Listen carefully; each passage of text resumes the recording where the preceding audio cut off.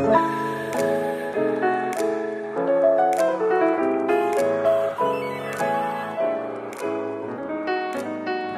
semuanya, jumpa lagi dengan gue, host yang kemarin udah bawa episode pertama. Kalau ya udah nonton masih tahu lah episode pertama ya, Rul? Iya. Nah, nih teman gue lagi nih. Ini masih dengan rekan-rekan gue yang sama. Jadi gue kali ini akan menjawab pertanyaan yang baru, Rul, dari adik-adik yang kemarin udah nanya nih. Ada, pokoknya dari episode pertama tuh menghasilkan pertanyaan yang keren-keren. Ini ada Jo juga nih, masih dengan teman-teman gue yang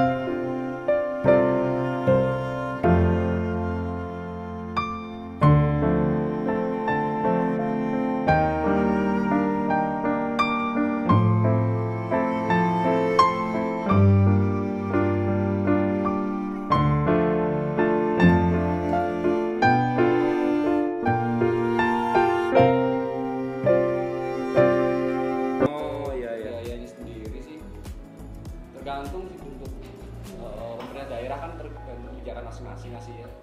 Ada yang dipotong untuk uang perkuliahan, ada yang dipotong uang makan. Tapi untuk yang Kemenhub mungkin bisa dijelaskan oleh si Jo yang lebih paham lah. kalau Kemenhub kemana Jo? Nah itu Kak, kalau tadi kan mau pemerintahan daerah itu kan tergantung kebijakan daerah masing-masing Kak. Ada yang bakal ditanggung sama daerahnya itu, tapi ada juga yang enggak sama sekali. Nah untuk kalau Kemenhub sendiri, jadi nanti tuh ya sama aja, sama-sama kerja sama perhubungan juga, tapi bedanya dia tuh benar-benar kementerian pusat yang pasti kita belum tahu nih lulusnya kemana, cuma iya. Berarti kalau yang dari daerah itu ya masing-masing daerah pembiayaannya beda-beda ya. Berarti terus pasti ditepati ke daerah mereka. Kalau yang dari Kemenhub itu berarti nanti ditaruh mungkin di pusat bisa atau mereka harus siap.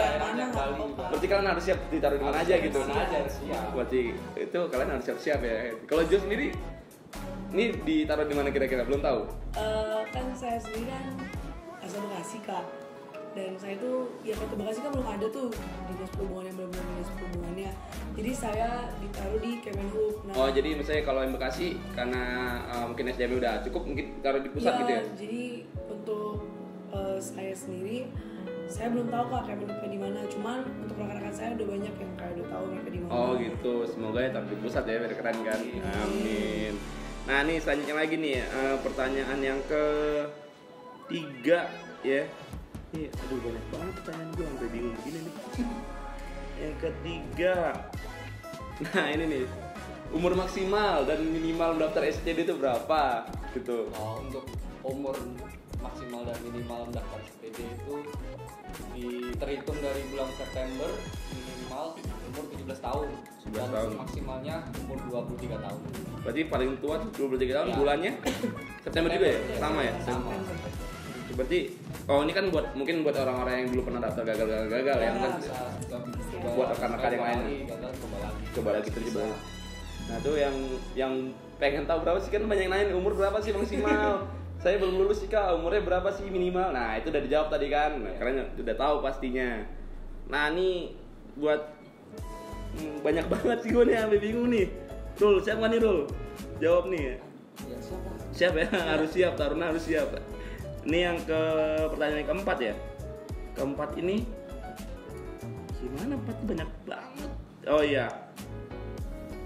Nah kalau kita daftar di SCD nih, kita bisa daftar di sekolah kedinasan lain gak sih? Oh untuk itu Kak, untuk daftar kedinasan. Waktu saya awal daftar juga kayak bingung gitu, saya bisa nggak sih masuk sekolah-sekolah lain yang kayak kan masih ada yang pengen STIS, nggak cuma STTD doang kan. Tapi itu dia, STTD itu kan di bawah Kementerian Perhubungan. Nah, di bawah Kementerian Perhubungan sendiri itu banyak banget sekolah kedinasan Kak. Jadi kalau misalnya mau daftar STTD terus mau masuk sekolah lain yang di bawah Kementerian Perhubungan itu nggak bisa. Oh, berarti Dia hanya boleh satu aja. Ya boleh satu aja. karena tesnya barengan ya? Tesnya barengan. Oh gitu, berarti Kan pusat juga bareng kita tesnya kan.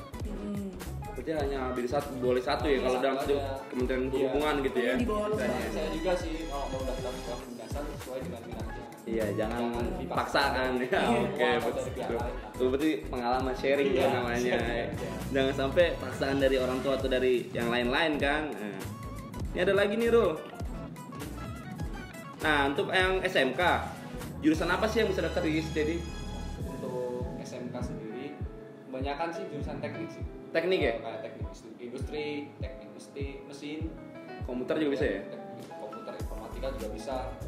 Rata-rata sih teknik sih. Yang berkaitan dengan teknik ya, Iya. mesin gitu ya? Kemudian teknik perkapalan juga bisa nanti. Bisa ya? Masuk Untuk ke ASDP ya. SDP yang itu yang di Palembang gitu ya? Iya. Iya. Oke, keren. Pokoknya anak SMK berarti bisa daftar di sini. Kalian bisa, pokoknya yang jurusannya tuh teknik ya, mesin, mau industri dan atau juga bisa komputer jaringan atau tadi ya banyak banget deh ya. Di website-nya juga udah dijelasin. Oh iya, di website juga, ntar di website kalian bisa cek sendiri itu. Cek sendiri. Tinggal baca aja. Harus pokoknya budayakan membaca. Oh, jangan menanyakan yang sudah dijawab ya. Nah, ini yang ke banyak nih. Sekian. Nah, pendidikan STD itu berapa tahun sih, ada nanya? Berapa lama di STD ini kalau pendidikannya? Untuk pendidikan ini tergantung dari jurusan yang diambil sih. Oh gitu. Untuk D4 4 tahun, D3 sendiri 3 tahun, dan ada D2 kan kita. Nah, yang di dua berarti yang ya, tapi untuk tahun ini kan nggak ada D2. Iya. tahun kemarin ya. D2 tuh 2 tahun. ASDP juga termasuk 3 tahun ya? ASDP Iya. 3 tahun, dia kan masuknya D3. D3 ya, Palembang gitu ya. Jadi buat kalian semua yang mau tahu, yang udah tahu kan tadi dijawab kan, kalau yang D4 4 tahun, D3 tuh masih 3 tahun sesuai dengan apa tuh namanya, sesuai dengan jurusan juga ya berarti kan, D3 dan D4 gitu. Jadi jangan sampai kalian salah milih juga, kalau jurusan itu sesuai minat kalian gitu. Nah, ini selanjutnya lagi nih pertanyaan yang kesekian juga. Aduh, gue ini dari Instagram dan dari yang kemarin komen-komen sih ini lebih tepatnya. Tuh, nih sampai. Nah, ini selanjutnya nih. Yang ke berapa nih? Sekian kali. Nah, raport semester berapa sih yang di-upload kan, misalnya buat yang pertama kan di-upload tuh raport tuh. Ya, nilai raport. Semester berapa dan minimal nilai berapa sih? Untuk raport Kak itu dari semester 1 sampai 5 dan minimal tuh rata-ratanya 7, dan itu misalnya MTK, fisika sama bahasa Inggris. 7. Jadi sama kayak kita ya. Iya. Jadi minimal 7 ya. Minimal tuh. Sama minimal. Jadi oke, kemarin juga udah kita jelasin, Iya, ini lebih detail jelasin. lagi, nanya lagi ya. Kemarin. Berarti pokoknya nilainya rata-rata harus 7 dan itu semester 1 sampai 5. 1 sampai 5. Pokoknya itu dilihat juga kenaikan nilainya ya, perkembangan nilainya. Jangan sampai down, itu berarti ya ntar pokoknya itu Iya. diseleksi di administrasi yang pertama pastinya. Oke. Nah, dan lagi nih, tes potensi akademik itu dalam bentuk pilihan ganda atau esai. Nah, ini nih yang banyak pertanyaannya ya. Khawatir ya. Iya. Mereka bingung nih. Itu bikin pikiran cenut-cenut ya. Kayak hati cerdas-cerdas. Oke. Jadi kita untuk tes akademik kebetulan cuma pilihan ganda, jadi nggak ada esainya. Oh, Jadi jadi kalau misal nggak bisa jawab tinggal Iya, tangting tuh. oh iya. Pokoknya sebenarnya A, B, C. kalian harus belajar intinya ya. Iya, tetap harus. Ya, keberuntungan itu dia pilihan ganda dan itu mungkin ada, pasti ada jawabannya, nggak mungkin nggak ada jawabannya. Jadi kalian harus benar-benar belajar dari buku-buku yang mungkin udah tersedia juga di toko-toko buku kan, ada tentang pendaftaran atau CPNS, hampir sama sih kita ya tesnya ya. Sama. Dan situ pokoknya jangan lupa belajar, kalau nggak belajar nggak akan bisa masuk pastinya gitu. Nah, oke, ini pertanyaan yang terakhir deh, karena banyak banget. Yang terakhir ini mengenai apa nih, ketentuan lebih rinci mengenai tes kesehatan. Kemarin udah nanya tes kesehatan, tapi kan buat yang sekarang ini kan Lebih rinci lagi. iya lebih rinci itu tes kesehatan gimana gitu.